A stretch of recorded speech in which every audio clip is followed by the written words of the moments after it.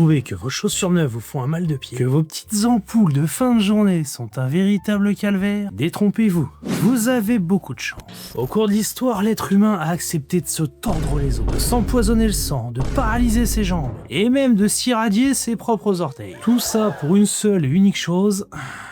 le style. Des instruments de torture déguisés en mode au Moyen-Âge jusqu'aux inventions chimiques mortelles de la révolution industrielle, aujourd'hui on explore le placard de l'horreur. Donc voici 10 chaussures qui ont failli nous coûter la vie. Restez bien jusqu'à la numéro 1 parce qu'on va parler d'une pratique terrifiante qui a perduré pendant plus de 1000 ans, basée sur une légende impériale qui a modifié l'anatomie de millions de personnes. Préparez-vous car vous ne regarderez plus jamais vos chaussures de la même manière.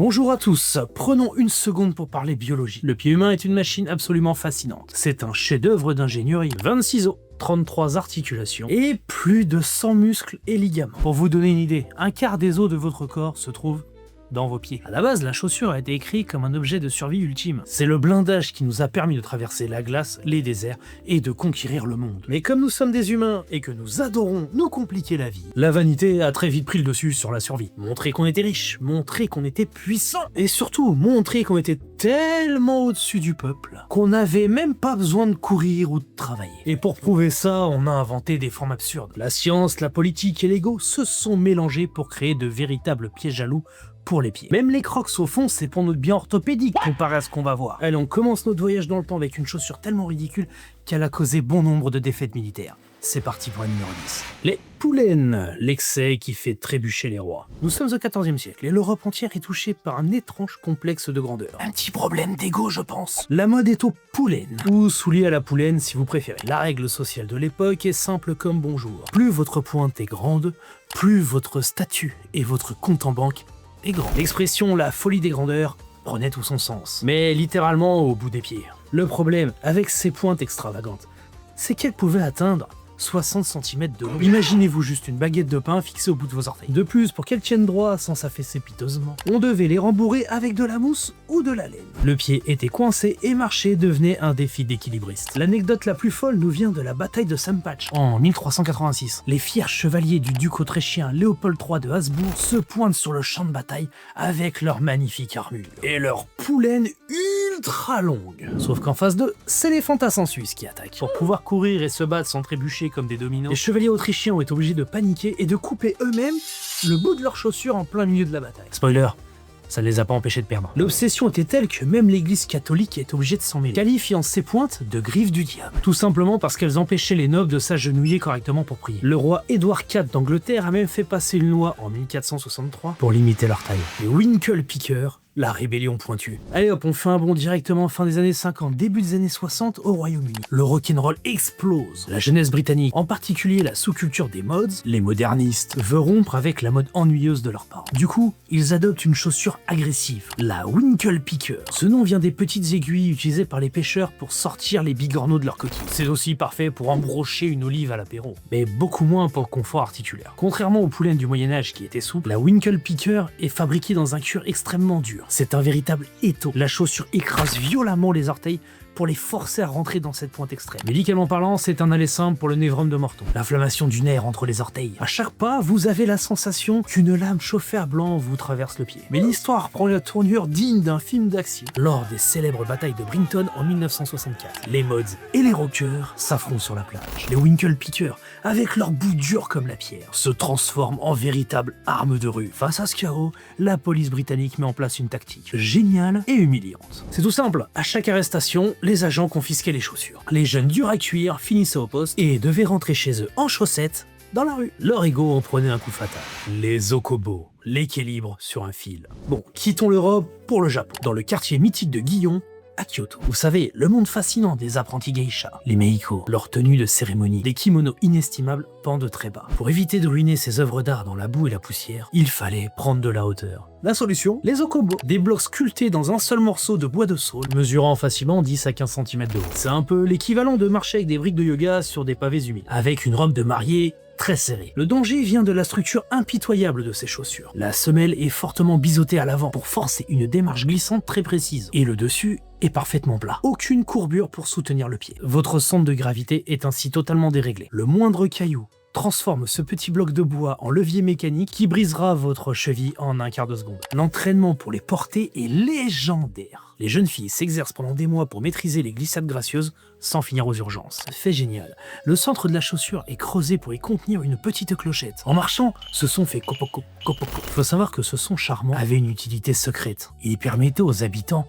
de les entendre arriver de loin et de s'écarter poliment pour éviter de bousculer l'apprenti et de provoquer une chute catastrophique.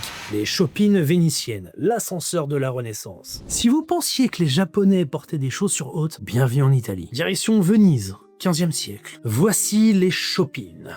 À l'origine, c'était juste pour ne pas salir les jupes. Mais très vite, c'est devenu la plus grande compétition de snobisme de l'histoire. La règle d'or vénitienne, plus votre mari est influent, plus votre chopine et haute. Et on parle ici de plateformes extravagantes pouvant atteindre entre 50 et 70 cm. Le premier ascenseur portable de l'histoire. Imaginez l'horreur, vous êtes perché sur des échasses de bois dissimulées sous des kilos de velours. Une chute de 70 cm sur des pavés en pierre. Avec un corset qui vous empêche de respirer et des manches trop rigides pour amortir le choc. Les archives vénitiennes regorgent de fractures du crâne et de bassins brisés. Et pourquoi s'infliger cela ? L'anecdote est savoureuse. Ironiquement, la mode aurait été lancée par les courtisanes. Vous savez, les prostituées de luxe de Venise. Pour se faire remarquer au loin dans la foule. Les femmes de la noblesse ont trouvé ça super chic et ont juste copié le style. Mais surtout, c'était un outil de contrôle patriarcal redoutable. Bah oui, une épouse perchée à 70 cm de haut, elle peut pas aller voir son amant. Il lui fallait obligatoirement au moins 2 domestiques pour lui tenir le bras à chaque pas. L'ambassadeur d'Espagne a d'ailleurs lancé cette punchline historique. À Venise, les femmes sont construites de 2 tiers de bois pour 1 tiers de chair. Les stilettos, l'arme de destruction massive architecturale. Bon, petit bond dans le temps, 1954. Le célèbre chausseur Roger Vivier collabore avec Christian Dior. Il veut affiner les talons, qui étaient jusque-là assez épais pour supporter le poids. Vivier a une idée de génie industriel. Il insère une tige en métal, le même qu'on utilise pour le bâtiment, dans le talon. Il crée une pointe de 10 cm aussi fine qu'un crayon. Le stiletto est né. Marilyn Monroe les adorait tellement qu'elle a dit « Je ne sais pas qui a inventé les talons hauts, mais toutes les femmes lui doivent beaucoup. » Mais la physique est cruelle. La pointe métallique concentre tout le poids de la personne sur une surface d'1/2 cm². Pour faire simple, une personne de 60 kg avec des stilettos exerce une force de pression mathématiquement supérieure à celle d'un éléphant de 3 tonnes. Médicalement, c'est un massacre à retardement. Tendon d'Achille qui rétrécit définitivement, basculement du bassin et micro-fracture. Mais la meilleure anecdote du stiletto, c'est qu'elle n'a pas seulement détruit les pieds, il a détruit le patrimoine mondial. Dans les années 50, ces petits clous perçaient tout. Alors, c'est pratique pour aérer le gazon, c'est catastrophique pour le reste. Des musées de classe mondiale comme le Louvre et même la compagnie aérienne Boeing ont dû tout simplement leur interdire l'accès. Pourquoi ? Parce que les femmes perçaient littéralement le plancher des avions et détruisaient des parquets historiques inestimables à chaque pas. Le verre de Chine, les chaussons chimiquement mortels. Retour dans le temps, bienvenue au 19e siècle. C'est la révolution industrielle et la chimie fait des miracles ou des ravages. En 1775, un chimiste du nom de Carl Wilhelm Scheele invente un pigment révolutionnaire. Un vert émeraude éclatant, brillant, hypnotique. Toute la bourgeoisie parisienne et londonienne devient folle de ce verre de Scheele. On en met sur les robes, sur les papiers peints et surtout sur les luxueux chaussons de bal. Le petit hic de ce produit miracle, il est composé d'arsenic de cuivre, autrement dit de l'arsenic pur. Le piège se refermait sur la piste de danse. Dans la chaleur du bal, enfermés dans leurs jolis chaussons, les pieds des jeunes femmes transpirent. L'humidité dissolvait le colorant et l'arsenic pénétrait directement à travers les pores de la peau. Les victimes rentraient chez elles avec des plaques, puis développaient de fortes nausées, des plaies horribles et finissaient par faire des arrêts cardiaques. Les médecins de l'époque s'arrachaient les cheveux, mais pourquoi toutes ces jeunes filles de la haute société, en pleine santé, tombaient mystérieusement mortes ?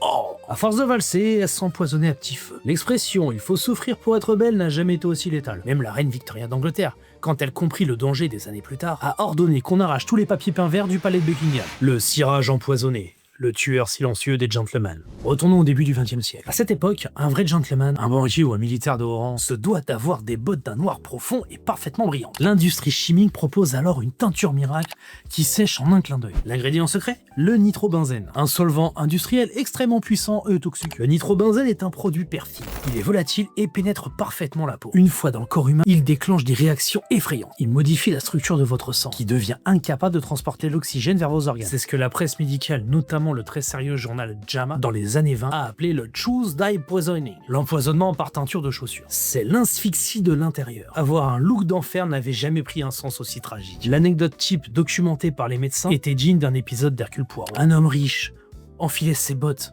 fraîchement tendue du matin. Il partait à son club chic ou au théâtre. Avec la chair de son pied, le produit s'évaporait rapidement. Silencieusement, ses lèvres devenaient bleues. Il était pris de vertige, s'effondrant sur la moquette du club. Et mourait quelques heures plus tard sans que personne ne comprenne pourquoi. Il a fallu des dizaines d'enquêtes pour que les autorités fassent le lien entre ces morts soudaines et le cirage de leurs souliers. Le fluoroscope. Faisons un saut dans les Amériques optimistes des années 20 à 50. Pour vous garantir la chaussure qui épouse parfaitement votre pied, un inventeur dénommé Jacob Lowe démocratise une machine révolutionnaire dans tous les magasins de chaussures. Le fluoroscope, ou pédoscope.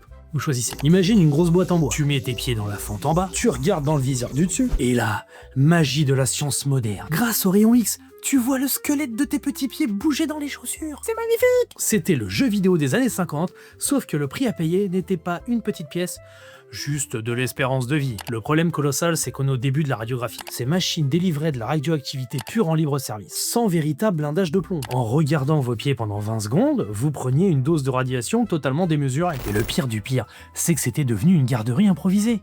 Ben oui. Pendant que maman faisait ses achats, les enfants couraient jouer avec le fluoroscope. Oui. Ils adoraient voir leurs petits os briller tout verts. Certains magasins organisaient même des concours pour attirer la clientèle. Résultat, toute une génération irradiée dans l'insouciance générale. Les premières victimes furent quand même les vendeurs de chaussures, qui ont développé de terribles maladies avant que le gouvernement se réveille et fasse interdire ces machines. Dans les années 70, les armadillos de McQueen, le cauchemar des top modèles. Bon, retournons au 21e siècle. Pour prouver que la mode n'apprend absolument rien de ses erreurs, intéressons-nous au génie torturé de la haute couture, Alexander McQueen. En 2010, lors de son défilé mythique Platos Atlantis, il dévoile les Armadillo Shoes. Les chaussures tatou, ce sont d'énormes prothèses sculptées à la main dans du bois massif, recouvertes de pitons mesurant plus de 30 cm et ressemblant bizarrement à des carapaces d'extraterrestres. C'est moins une chaussure qu'un test de survie organisé par la Fashion Week. L'architecture est une abomination biomécanique totale. Elle force la jambe à tenir en équilibre sur l'extrême pointe des os. L'instabilité est maximale. Le moindre faux pas sur le podium glissant ne pardonne pas. C'est la rupture de la tendon d'Achille ou la cheville brisée. La dangerosité était tellement évidente qu'elle a provoqué une mutinerie historique. Trois des plus immenses top modèles de l'époque, Amélie Kershaw, Natasha Polly et Sacha Pivovarova, se sont ligués en coulisses et ont refusé catégoriquement de porter cette paire, qualifiant cette création de suicide assisté par la mode. Un refus pur et dur dans un monde où on ne dit jamais non